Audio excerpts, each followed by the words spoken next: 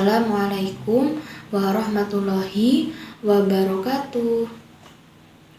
Halo, perkenalkan nama saya Zabrina Aisyah Irawan dengan nomor induk mahasiswa 221F10032. Saya dari Prodi Pendidikan Luar Biasa PLB Universitas PGRI Argopuro Jember.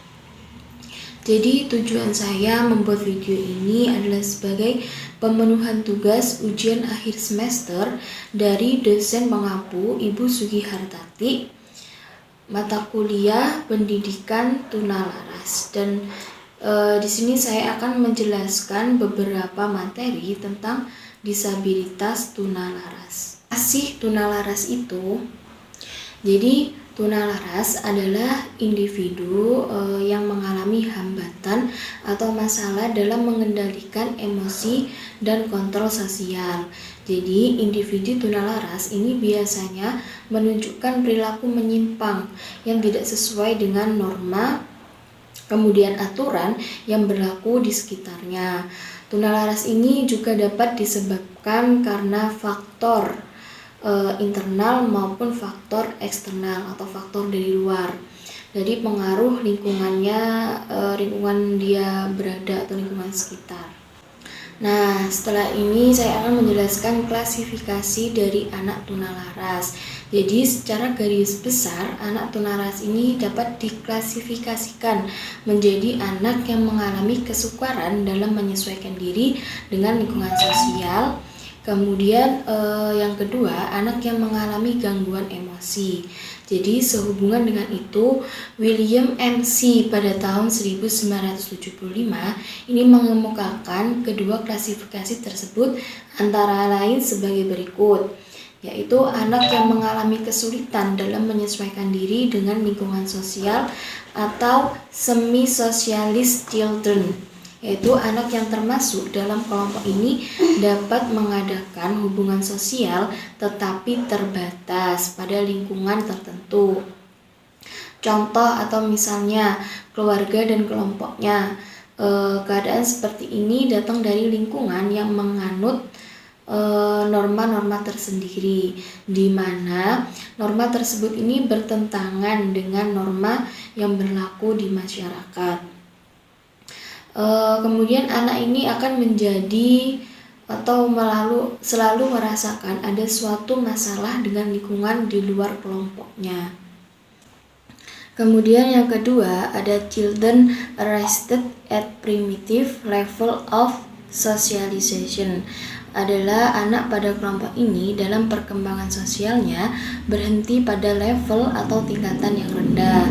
Jadi mereka ini adalah anak-anak yang tidak pernah mendapatkan bimbingan atau arah sikap sosial yang benar dan terlantar dari pendidikan, sehingga ia melakukan apa saja yang dikehendakinya. Hal ini disebabkan karena tidak adanya perhatian dari orang tua yang mengakibatkan perilaku atau sikap anak ini dikelompokkan cenderung dikuasai oleh dorongan nafsu saja. Meskipun demikian, mereka masih dapat memberikan respon pada perlakuan yang ramah. Yang ketiga ada children with minimum socialization capacity, yaitu kelompok ini tidak mempunyai kemampuan sama sekali untuk belajar sikap-sikap sosial yang ada di masyarakat. Hal ini disebabkan oleh pembawaan atau kelainan, atau anak tidak pernah mengenal hubungan kasih sayang, sehingga anak pada golongan ini banyak bersikap apatis atau masa bodoh dan egois. Itu merupakan klasifikasi anak disabilitas tunalaras menurut William. Setelah ini saya akan menjelaskan tentang materi emosi, macam-macam emosi pada anak tunalaras. Dan berikut ini adalah penjelasannya. Nah, anak yang mengalami gangguan emosi ini terdiri dari beberapa. Yang pertama ada neurotic behavior, yaitu anak pada kelompok ini masih bisa bergaul dengan orang lain, akan tetapi mereka mempunyai masalah pribadi yang tidak mampu diselesaikan. Jadi mereka sering dan mudah dihinggapi perasaan sakit hati, kemudian perasaan cemas, marah, agresif, dan perasaan bersalah. Di samping itu, terkadang mereka melakukan tindakan lain seperti mencuri dan bermusuhan. Anak seperti ini biasanya dapat dibantu dengan terapi seorang konselor atau konseling. Keadaan neurotik ini biasanya disebabkan oleh sikap keluarga yang menolak atau sebaliknya terlalu memanjakan. Bisa juga karena pengaruh pendidikan, yaitu karena kesalahan pengajaran atau juga adanya kesulitan belajar yang berat. Kemudian children with psychotic processes, yaitu anak pada kelompok ini mengalami gangguan yang paling berat sehingga memerlukan penanganan yang lebih khusus lagi. Mereka ini sudah menyimpang dari kehidupan yang nyata atau sudah tidak memiliki kesadaran diri serta tidak memiliki identitas diri. Adanya ketidaksadaran ini disebabkan oleh gangguan pada sistem syaraf sebagai akibat dari keracunan, misalnya minuman keras dan obat-obatan. Kemudian saya akan menjelaskan tentang klasifikasi behavioristik.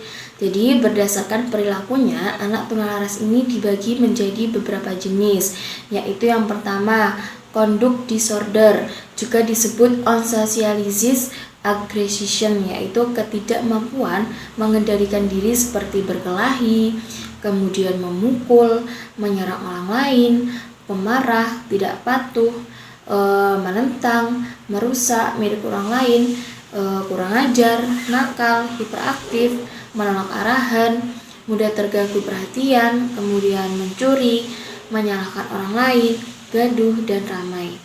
Kemudian ada anak agresi sosial atau socialized aggressive, yaitu mempunyai permasalahan perilaku yang sama dengan gangguan perilaku tapi bersosialisasi dalam kelompok yang biasanya merupakan biasanya kita menyebut dengan geng. Jadi menurut Halahan dan Kaufman dalam Nafsiyah Ibrahim dan Rohana Aldi 1996, tingkah laku anak agresi sosialisasi diantaranya adalah anak yang mempunyai kelompok jahat, suka mencuri, kemudian berperilaku negatif lainnya.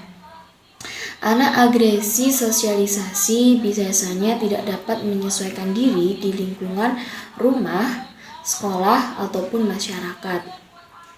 Tetapi mereka ini masih memiliki bentuk penyesuaian diri yang khusus, yaitu dengan teman sebaya yang senasibnya atau yang satu gengnya itu tadi. Kemudian sikap anak tipe ini dimanifestasikan dalam bentuk agresivitas, memusuhi otorita, setia pada kelompok, suka melakukan kejahatan, pengeroyokan, serta pembunuhan.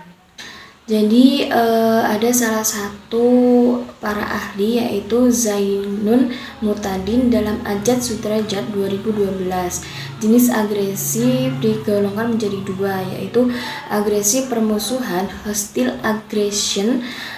Ini semata-mata dilakukan dengan maksud menyakiti orang lain atau sebagai ungkapan kemarahan dan ditandai dengan emosi yang tinggi. Perilaku agresif dalam jenis pertama ini adalah tujuan dari agresi itu sendiri. Agresi instrumental, ini agresi yang kedua, yaitu instrumental aggression, pada umumnya tidak disertai emosi. Perilaku agresif hanya merupakan sarana untuk mencapai tujuan lain selain penderitaan korbannya. Agresi instrumental ini mencakup perkelahian untuk membela diri, kemudian penyerangan terhadap seseorang ketika terjadi perampokan, kemudian bisa juga karena perkelahian untuk membuktikan kekuasaan atau dominasi seseorang. Perbedaan kedua jenis agresi ini terletak pada tujuan yang mendasarinya. Jenis pertama ini hanya semata-mata untuk melampiaskan emosi, sedangkan agresif yang kedua ini dilakukan untuk mencapai tujuan yang lain. Selama ini jika kita membicarakan tentang anak-anak tunalaras, pasti selalu disebutkan bahwa semua anak tunalaras ini mempunyai perilaku yang buruk atau jelek, kemudian nakal, jahat, atau amoralnya. Jarang sekali disinggung perilaku prososial dari anak-anak ini. Pada kenyataannya, memang sebagian besar dari anak tunalaras menunjukkan sikap yang cenderung tidak suka berkorban, kemudian tidak suka membantu orang lain, atau melakukan perbuatan-perbuatan lainnya. Adapun faktor penyebab dari agresif sosialisasi ini sudah kita ketahui sebelumnya bahwa tingkah laku dari agresif sosialisasi sangat merugikan bagi orang-orang di sekitarnya. Jadi dengan demikian banyak sekali hal-hal yang menjadi penyebab tingkah laku mereka. Contohnya seperti dalam Surya 2004, faktor penyebabnya ini adalah sebagai berikut. Yang pertama, misalnya ini anak kurang diperhatikan atau merasa diabaikan. Kemudian anak selalu merasa tertekan. Karena apa? Karena dia selalu mendapatkan perlakuan kasar. Kemudian anak kurang merasa dihargai atau disepelekan.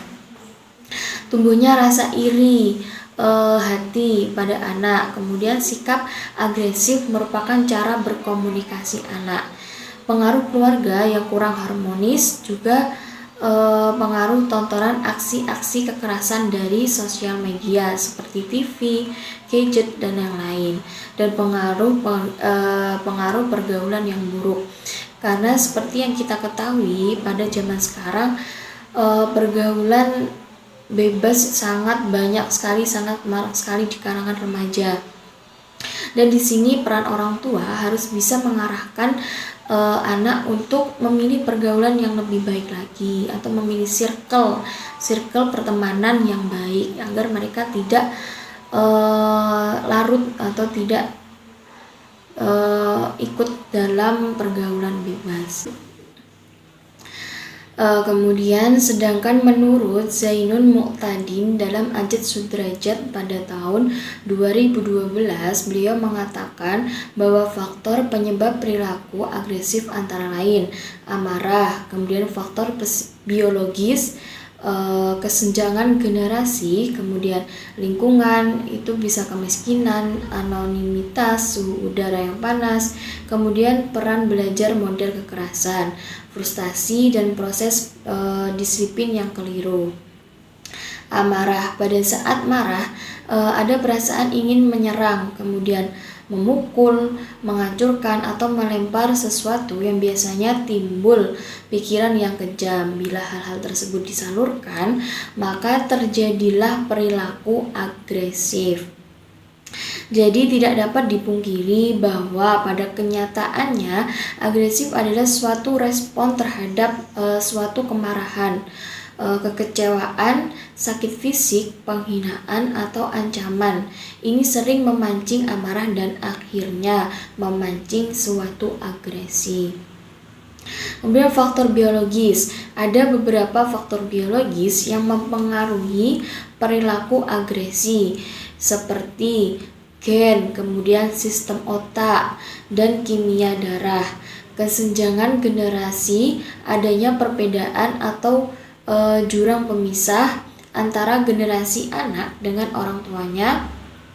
Ini dapat terlihat dalam bentuk hubungan komunikasi yang semakin minimal dan seringkali tidak ada kesinambungannya. Jadi kegagalan komunikasi orang tua dan anak diyakini sebagai salah satu penyebab timbulnya perilaku agresi pada anak. Kemudian permasalahan generation gap ini harus diatasi dengan segera karena mengingat bahwa selain agresi masih banyak permasalahan lain yang dapat muncul, misalnya masalah ketergantungan narkotik, kemudian kehamilan di luar nikah, seks bebas, dan masih banyak sekali permasalahan-permasalahan yang lainnya. Nah, lingkungan ini ada beberapa faktor dari lingkungan juga yang mempengaruhi perilaku agresi, seperti yang pertama kemiskinan, kemudian anonimitas atau tidak beridentitas, kemudian suhu udara yang panas. Peran belajar model kekerasan tidak dapat dipungkiri bahwa pada saat ini anak-anak dan remaja banyak sekali belajar menyaksikan adegan-adegan kekerasan melalui televisi dan juga games ataupun mainan yang bertema kekerasan.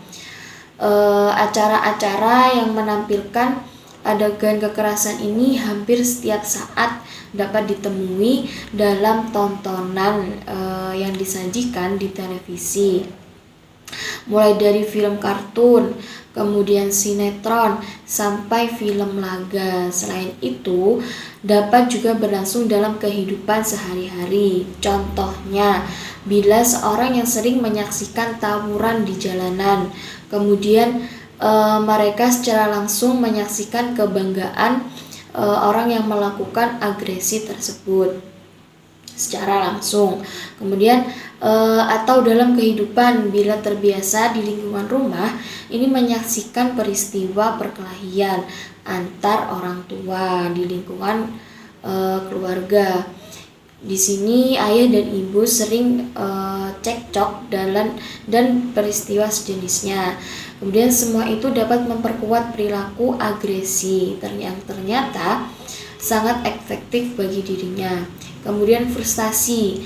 Frustasi ini terjadi bila seseorang terhalang oleh suatu hal dalam mencapai suatu tujuan, kebutuhan, keinginan, pengharapan atau tindakan tertentu. Agresi ini merupakan salah satu cara berespon terhadap frustasi atau stres. Remaja miskin yang nakal adalah akibat dari frustasi yang berhubungan dengan banyaknya waktu yang menganggur atau kurangnya efektivitas dalam pengaturan waktu. Kemudian keuangan yang pas-pasan dan adanya kebutuhan yang harus segera terpenuhi, tetapi sulit sekali untuk dia capai. Nah, ada juga karena faktor proses pendisiplinan yang keliru.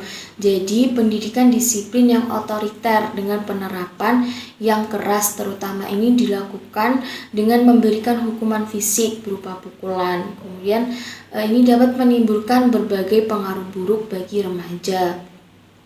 Pendidikan disiplin seperti itu ini akan membuat remaja menjadi seorang penakut, kemudian tidak ramah dengan orang lain, dan bisa juga membenci orang yang memberi hukuman. Kemudian kehilangan spontanitas serta inisiatif, dan pada akhirnya melampiaskan kemarahannya dalam bentuk agresi. Tapi bentuk agresi ini kepada orang lain. Kemudian kita akan membahas bagaimana sih upaya pengendalian perilaku pada anak yang agresif ini. Nah, jadi upaya untuk pengendalian perilaku pada anak yang agresi. Jadi dewasa ini banyak sekali perilaku anak ini yang dapat merugikan orang di sekitarnya. Salah satunya adalah perilaku anak agresi ini, anak agresi sosial yang sangat meresahkan masyarakat apabila terjadi secara terus-menerus. Maka dari itu perlu adanya upaya untuk memperbaiki perilaku anak agresi sosialisasi. Seperti dalam Surya 2004 ada beberapa langkah pendekatan yang dapat dilakukan untuk mengantisipasi perilaku anak agresi. Seperti yang pertama, jika melihat anak secara langsung ini bersikap agresif terhadap temannya, kita harus berusaha untuk mencegahnya dengan tanpa menyinggung perasaan anak. Kemudian memperlakukan anak dengan sabar, dengan dengarkan suara hati anak. Kemudian ajarkan pada anak cara bergaul dengan baik dan menyenangkan. Jadi kita bisa mendampingi dan mengawasi anak saat bermain. Kita juga harus membatasi jumlah teman bermain pada anak. Kemudian ciptakan suasana kebersamaan dalam keluarga yang hangat dan harmonis, dan sebisa mungkin harus mendampingi anak ketika menonton TV. Di samping itu juga peran aktif dari keluarga dalam mengawasi anak-anak ini. Kemudian bisa juga tokoh masyarakat dan tokoh agama serta aparatur negara dalam mengendalikan tingkah laku masyarakat agar selalu tetap berpegang dengan keharusan norma dan kekuatan sanksi. Seperti yang telah kita ketahui bahwa keluarga adalah orang yang paling dekat dengan anak atau dengan kita. Maka otomatis merekalah yang pertama memberikan pengajaran kepada kita di mana hal yang baik dan pantas dilakukan serta mana hal yang tidak harus dilakukan atau ditinggalkan, karena ini akan merugikan diri sendiri dan orang lain. Ada juga tokoh agama di sini yang berperan untuk memberikan pengajaran kepada anak tentang hal-hal yang menyangkut tentang agama. Contohnya seperti mengaji, sholat, dan sebagainya untuk mempertebal iman anak agar tidak terpengaruh oleh orang lain yang akan membawa kita ke arah negatif. Kemudian ada juga peran dari aparatur negara. Biasanya ini berperan aktif adalah seorang polisi. Peran polisi di sini adalah memberikan hukuman atau sanksi kepada orang yang berbuat tidak sesuai dengan norma yang berlaku di masyarakat. Sanksinya ini bisa berat maupun ringan. Selain itu, alangkah lebih baiknya pihak pemerintah dan masyarakat ini membuka berbagai jenis ruang publik yang dapat digunakan kaum remaja untuk mengekspresikan keinginan dari mereka. Kemudian hal ini berguna agar kaum remaja bisa menjauhi perilaku menyimpang. Nah, itu merupakan materi tentang remaja yang memiliki agresif sosial.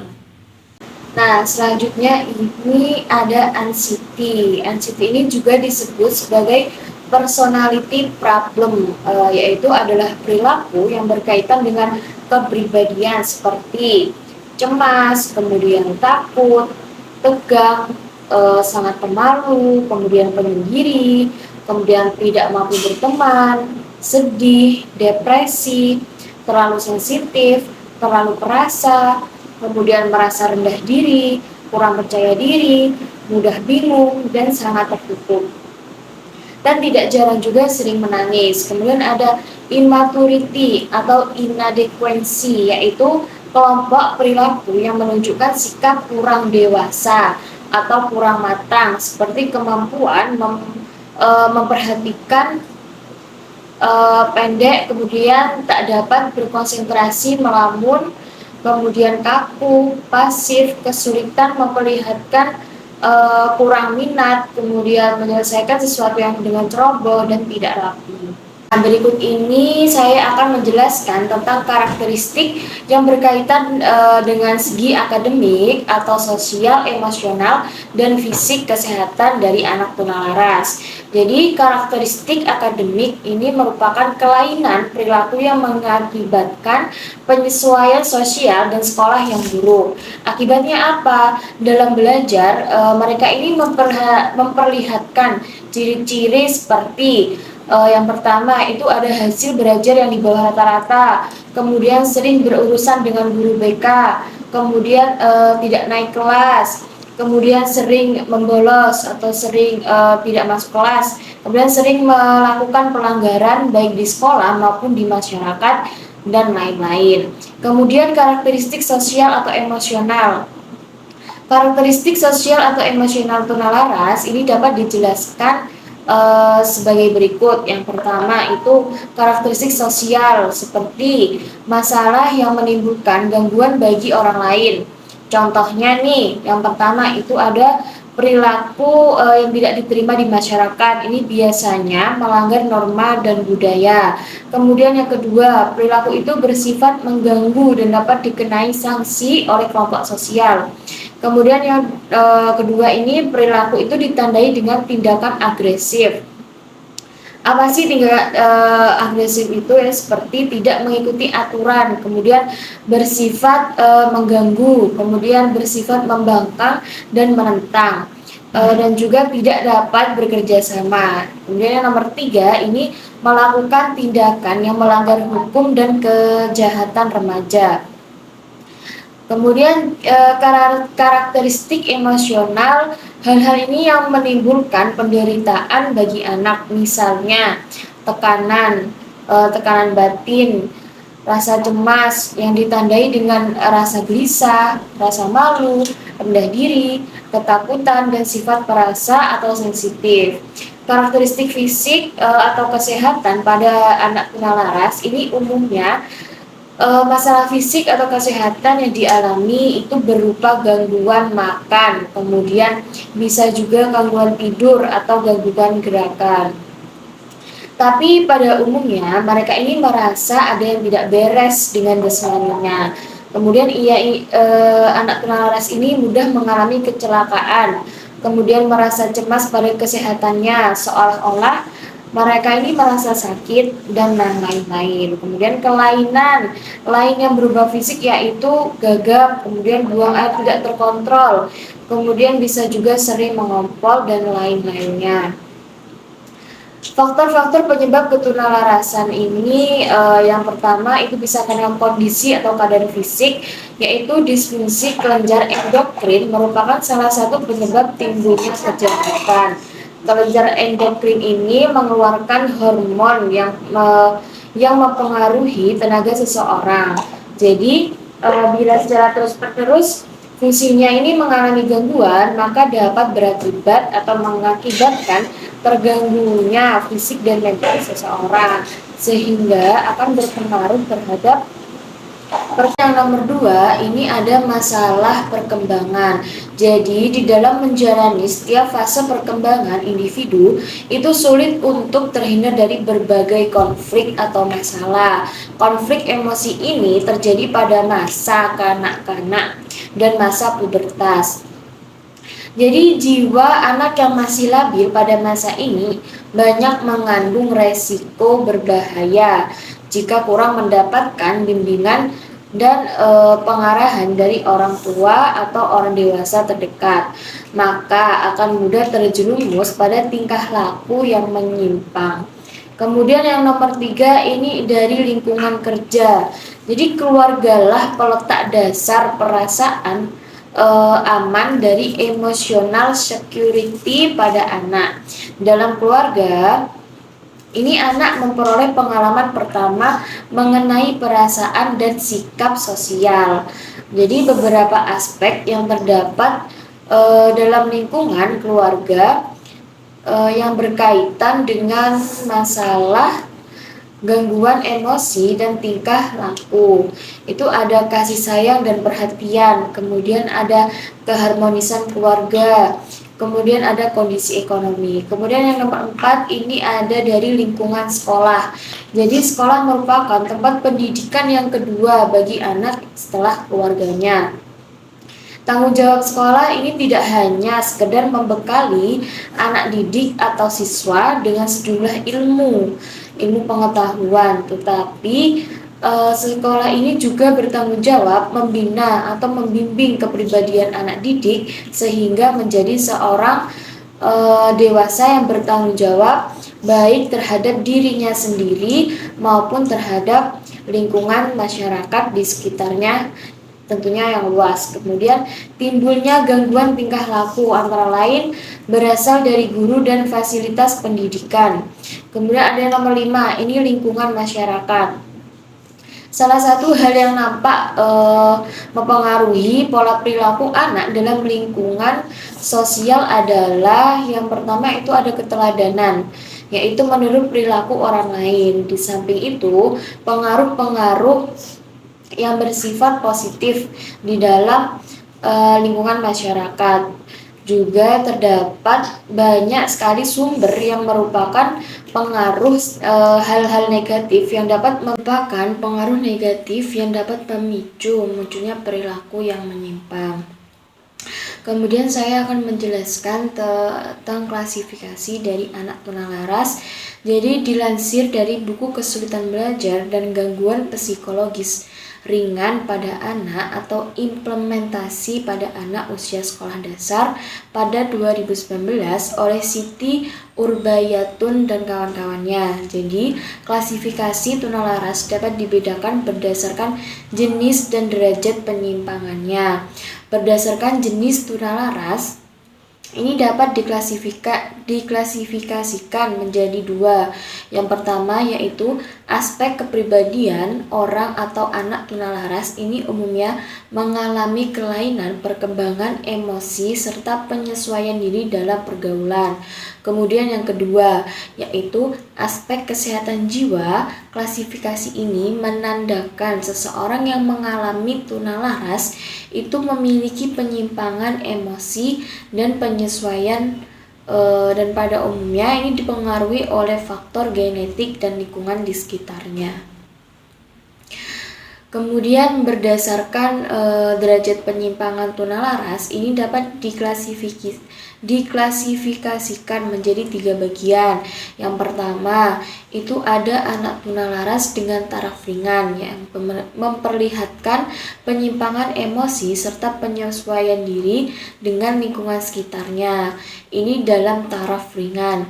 Kemudian yang nomor 2, anak tunalaras ini dengan taraf sedang menunjukkan penyimpangan emosi dan penyesuaian diri dalam taraf yang sedang.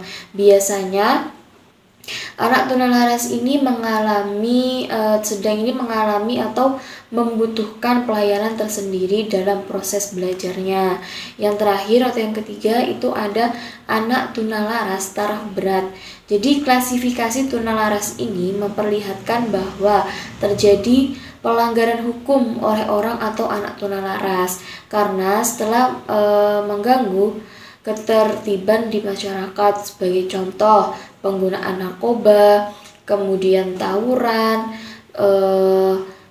kemudian ada juga minum-minuman keras yang dapat memicu terjadinya keresahan di dalam suatu masyarakat.